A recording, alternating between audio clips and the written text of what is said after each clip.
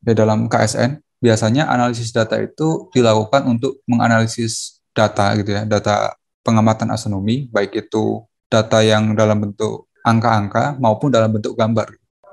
Kemudian data-data itu biasanya juga dilakukan plotting ya, untuk memvisualisasikan bagaimana hubungan antar berbagai macam parameter. Nah, dalam melakukan plotting itu juga ada tips ya, supaya plotting yang kita lakukan itu baik dan mudah dibaca oleh pembaca. Nah, aku mau ngasih beberapa tips dalam memplotting suatu data astronomi. Nah, ini contoh grafik yang aku buat, yang sumbu X-nya itu yang arahnya yang ini. Yang ini adalah sumbu X-nya, dan yang ini sumbu Y-nya. Ini miring ya, soalnya biar kelihatan semuanya. Nah, dalam membuat grafik ini, ada beberapa hal yang perlu diperhatikan. Yang pertama, sebelum membuat grafik, itu kita perlu menentukan rentang datanya. Rentang data, baik itu sumbu X maupun sumbu Y. Jadi misalkan saja di sini kan diketahui data tentang, kalau di sini kan kecepatan ya, sumbu X-nya kecepatan, sumbu Y-nya adalah magnitudo mutlak dari panjang gelombang biru, seperti ini. Kalau dalam bentuk tabel ya, ya ini kecepatannya kan banyak banget kan.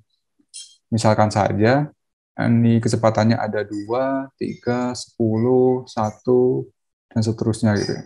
Terus yang magnitudo birunya misalkan ada 13, 1, 4, 3 gitu misalkan. Nah, jika ada data 4 data seperti ini ya, yang perlu kita lakukan ya, tentukan rentangnya dulu. Rentangnya itu adalah data terbesar dikurang data terkecil. Kalau dalam kasus ini, berarti kalau delta V-nya atau rentangnya itu adalah 10 kurang 1 gitu ya. Sedangkan yang MB-nya itu ya berarti 13 kurang 1. Nah, kenapa rentang ini penting untuk ditentukan? Rentang ini penting ditentukan untuk memaksimalkan penggunaan kertas grafik yang kita punya. Jadi kalau kita dikasih kertas grafik untuk mengerjakan data gitu ya, sebisa mungkin kertas grafik yang dikasih itu digunakan semaksimal mungkin gitu.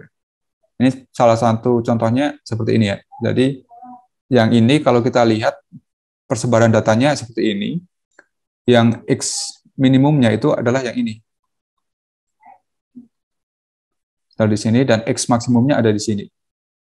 Ini adalah rentang data, rentang X-nya itu yang ini.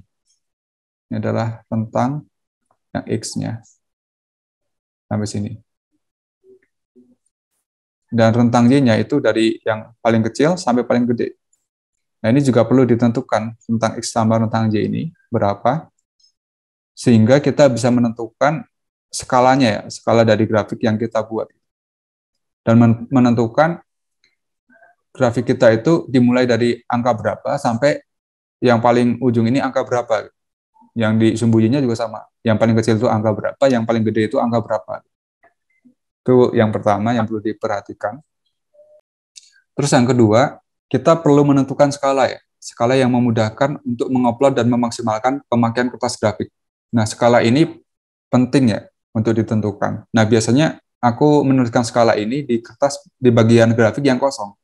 Kalau di sini aku tuliskan skala itu yang di sini. Ini skala yang aku tuliskan. Ada skala X-nya, skala X-axis sama skala Y-axis-nya.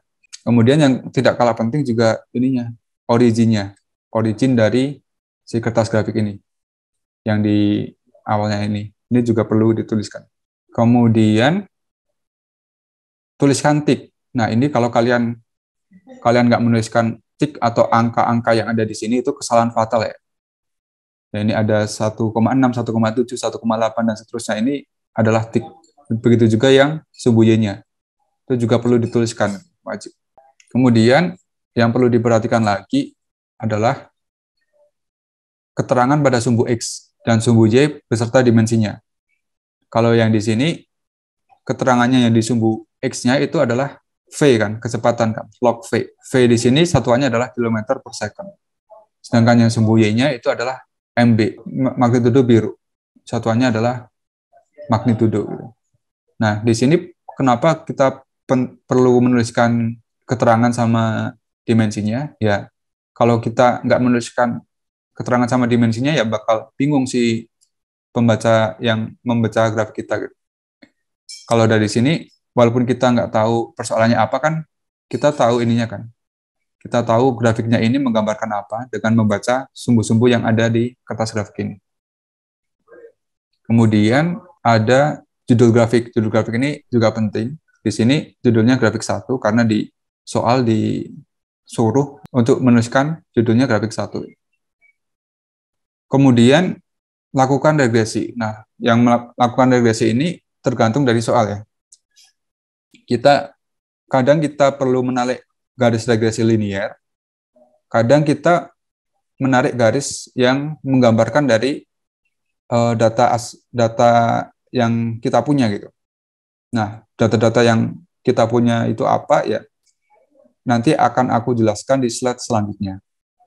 Dan yang perlu diperhatikan lagi dalam penentuan skala ya, dalam penentuan skala itu jangan sampai menyusahkan diri.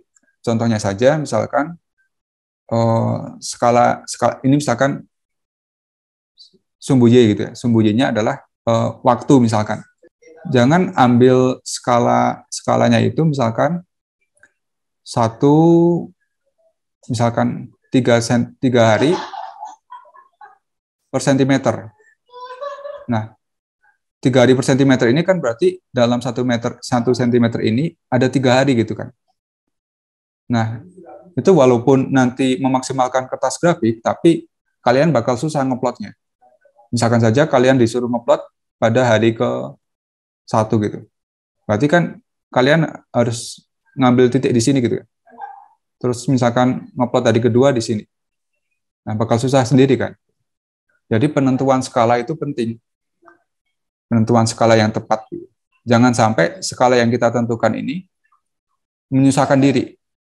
Nah, ini contoh skala yang mudah itu yang ini. Misalkan skala yang x-axis, sumbu x itu, yang ini ya, itu adalah 0,05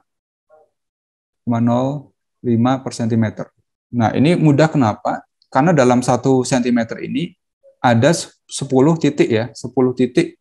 Jadi kalau misalkan kita ambil potongan kecil dari kertas grafik ini, ada 10 titik di sini. Ini 1 sampai 10 di ujung sini. Nah, kalau 5 kan berarti berarti bisa dibagi 5 kan? Kalau ini kan. Sedangkan kalau misalkan 3 gitu ya, kalau 3 berarti akan susah nanti. Berarti nentuinnya kalau misalkan 1 hari gitu ya, nanti bakal di sini gitu. 1, 2, dibagi 3-nya. 3,3 di sini. Bakal susah nanti. Jadi penentuan skala yang tepat itu sangat penting.